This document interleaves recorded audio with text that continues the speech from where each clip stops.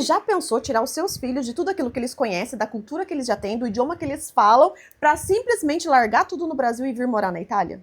Com 2 adolescentes? Na verdade, um adolescente e um pré-adolescente? Meu Deus do céu! Vou contar para vocês como foi todo esse processo. Esse é o tema do vídeo de hoje. Vem comigo.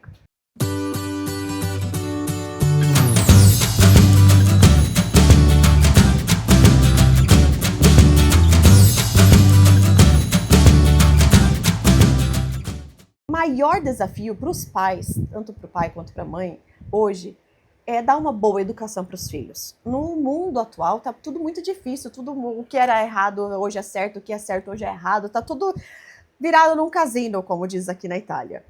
E nós, como bons pais que somos, buscamos sempre alternativas de manter os nossos filhos com valores, princípios, éticas e, ao mesmo tempo, tendo segurança e qualidade de vida. Então, esse foi um dos maiores motivos de nós termos decidido sair do Brasil e morar aqui na Itália, viver a dolce vita italiana, mas enfrentando o desafio de trazer os filhos nessa época onde os hormônios estão todos aflorados, onde o mínimo vira o máximo de repente na cabecinha deles.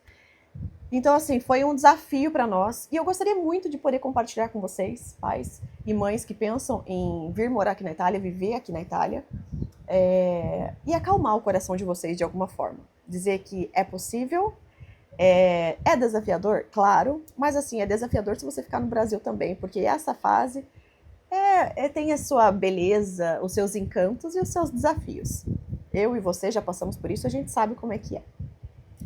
Então, assim, como foi o processo de preparar os nossos filhos para essa mudança, tá?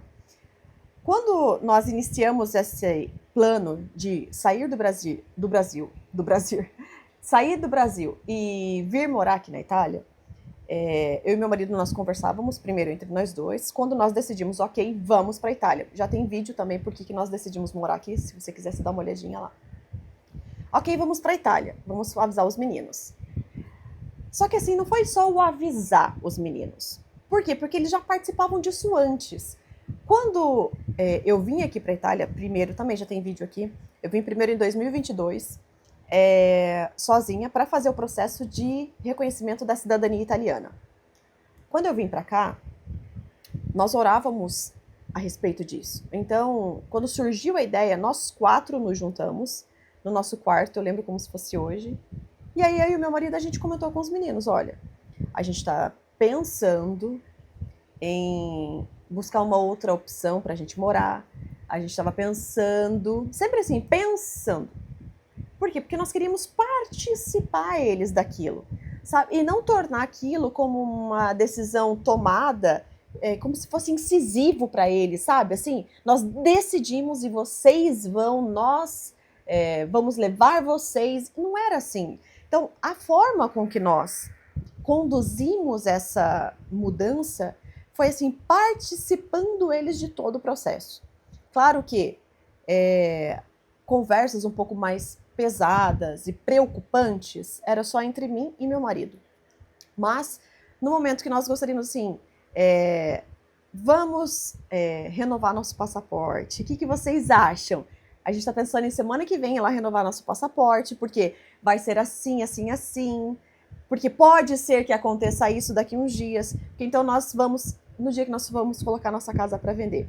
Bom, eu e seu pai nós conversamos e nós estamos pensando em colocar nossa casa para vender. Por quê? Porque ano que vem vai ser assim, nós vamos fazer outras pesquisas de imóveis na Itália, então a gente vai precisar ter o dinheiro e etc. Então, assim, sempre conversando eles, o que vocês acham? Qual a ideia de vocês? Tava pensando em, sabe assim, pedir a opinião deles, pedir a ideia deles. Por mais que muitas coisas que eles falassem, claro que nós não levaríamos em conta. Por exemplo, teve um dia que meu filho mais novo falou assim, e se a gente não fosse, ficasse morando com o vovô? Para nós, não era uma opção não trazer eles. Porque nós somos uma família, nós sempre fomos muito unidos, nós 4. Então é lógico que eu não ia deixar os meus filhos. Mas naquele momento, eu não poderia falar assim, não, bem capaz que você não vai, você vai ficar com seu avô. O que eu senti naquele momento? Eu absorvi a ideia dele, a opinião dele, o sentimento dele, a emoção dele naquele momento. Eu falei, mas por que, Murilo? Por que você gostaria de ficar com seu avô? Ah, mãe, porque vai que não dá certo?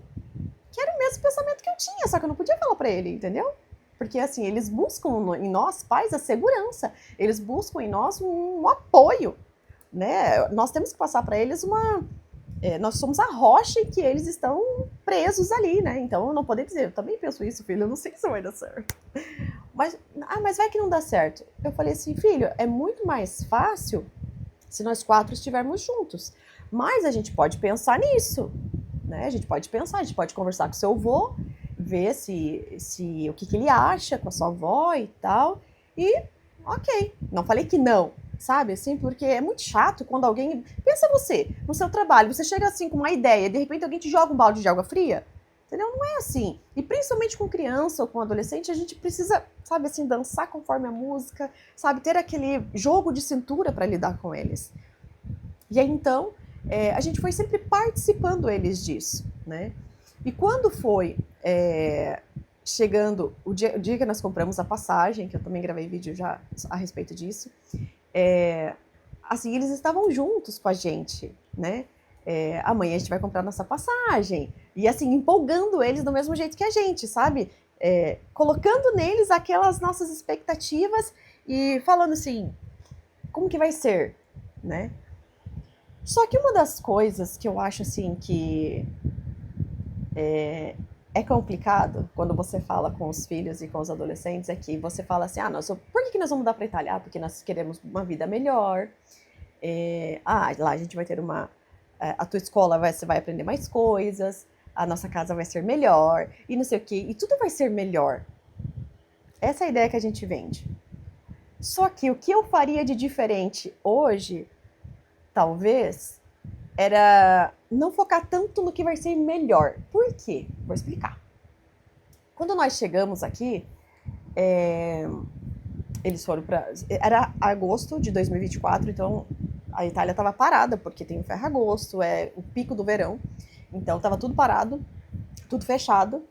E aí a gente foi morar na montanha e tinha bastante gente lá, porque era férias. Então, porque aqui quando é muito calor, inclusive hoje se vocês estão ouvindo um barulho, é o meu ventilador, porque é impossível ficar sem ventilador agora, deve estar 35 graus. E é meio-dia. Pleno verão europeu, julho. Julho não, agosto já. Aí nós chegamos lá, tinha bastante criança, porque era férias de verão, então eles já tinham estudado o básico do italiano no Brasil, então eles conseguiram chegar e conversar o básico com as crianças, o que eles não conseguiam se entender, eles faziam mímica, então eu já gostei daquilo, porque a gente chegou em agosto, não era época de aula ainda, faltava um mês para começar as aulas, então eles conseguiram, assim, dar aquela quebrada de gelo, sabe, isso foi muito bom. Não chegaram e já foram direto para a escola. Eles chegaram, brincaram no campinho, jogavam bola, enfim, foram fazendo aos poucos esse quebra-gelo com as crianças aqui. Aí, nós fomos morar na montanha, ou seja, num lugar super distante, não tinha muito o que fazer, tirando isso o campinho, só tinha um campinho naquela cidade, porque tinha 700 habitantes naquele lugar, tinha só um campinho, e estava realmente bastante cheio naquela época. Só que depois, quando começou as aulas, as crianças foram tudo embora, não tinha mais ninguém na cidade, ficaram só eles. E o nosso apartamento, gente, só tinha um quarto, era um bilocale. Ou seja, eu e meu marido, nós dormíamos no quarto, o meu filho mais novo dormia num sofá-cama na cozinha, vai vendo. E o meu filho mais velho, sabe aquelas camas de acampamento que abre assim? De dia você fecha ela e de noite... De dia você fecha ela assim e de noite ela fica aberta. Então, era essa daí que nós compramos aqui, pagamos acho que 50 euros na cama. E de dia ele tinha que desmontar porque era a entrada do apartamento, sabe assim, quando você abre a porta tem o hall de entrada, era ali que ele dormia, porque não tinha quarto. E nós moramos ali por 1 ano. Ou seja, cadê a vida melhor que eu falei que eles iam ter? Entendeu? Vou contar um negócio pra vocês. Meu filho mais novo, isso foi dezembro de 2024. A professora pediu para eles escreverem uma carta para o Babbo Natale, que é o Papai Noel. Colocando lá o que eles queriam e tal. Gente, meu filho pediu uma cama na carta. Você acredita? Pediu uma cama, um videogame, porque eles tinham videogame no Brasil, eles tiveram que vender. E ali eles não tinham ainda. Pediu uma cama, um videogame e uma bicicleta, eu acho, não me lembro. Eram 3 coisas.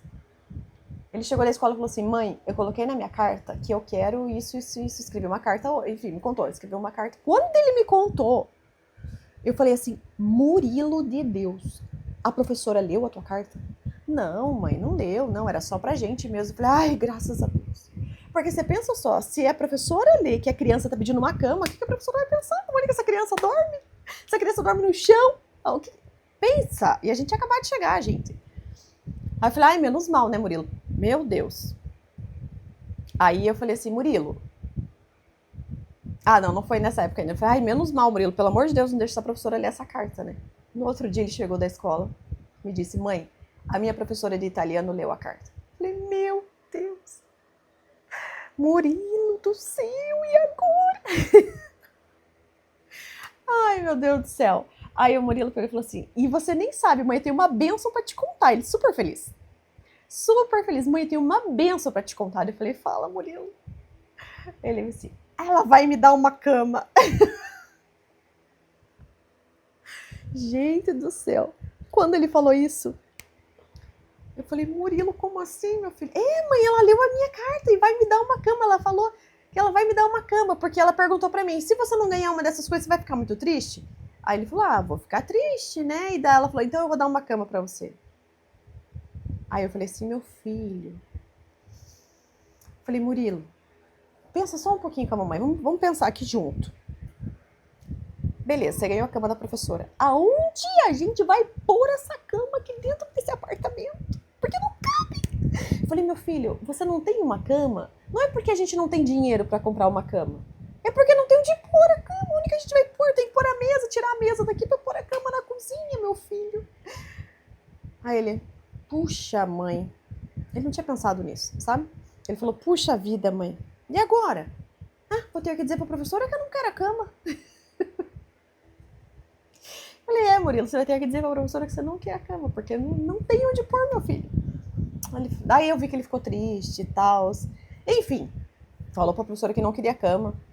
Depois de um tempo, o professor me chamou lá e tal e perguntou o que estava acontecendo, né? Onde é que ele dormia. Ele já tinha falado que dormia num divano, que é o sofá-cama, a gente explicou e tal. E por isso, assim, que eu digo, você precisa cuidar muito com a vida melhor que você diz que vai ter. E claro que nós queremos isso. Mas, sabe, assim, pensar bem, assim, porque criança leva tudo muito no sentido literal, né? Eles levam muito no sentido do que você disse é aquilo. E pronto, entendeu? Então, você precisa, assim, tomar muito cuidado com isso. É claro que a gente precisa vender a ideia para eles de que vai ser bom, mas de uma forma mais realista possível, que vai ter os seus desafios e tal, mas tentar lidar com essa mudança de uma forma leve, mais realista, sabe? E é por isso que esse vídeo, se eu for contar tudo nesse único vídeo, vai ficar muito longo. Mas é por isso que eu escrevi o e-book Filhos, Adolescentes e Imigrantes, aonde eu conto tudo, desde o início, como que foi o processo, e ainda o que eu faria de melhor para poder impactar menos possível. Graças a Deus, hoje, depois de 2 anos, eles estão, assim, muito bem adaptados, né? Apesar de que na primeira escola, lá na montanha, onde o meu filho mais novo estudou, ele sofreu com bullying. E isso eu vou contar no próximo vídeo para vocês, como que foi lidar com o bullying na escola aqui na Itália. Mas hoje eu vejo, assim, que valeu a pena, né? Hoje eu consigo tirar, assim, muitas conclusões e ajudar muitas mães e pais que estão preocupados com essa mudança. Então, se você quer já se preparar com tudo isso, baseado nessa história toda que nós tivemos, nessa experiência de alguém que já passou por isso, de alguém que já sentiu os mesmos medos que vocês, todas essas inseguranças, eu vou deixar aqui na descrição desse vídeo o link Filhos, Adolescentes e Imigrantes, que é para ajudar você, pai e mãe, que tem toda essa preocupação e que tá com o coração aqui, ó, assim, ó, com certeza vai ser uma mão na roda para vocês. Então, nos vemos no próximo vídeo. Um bacione.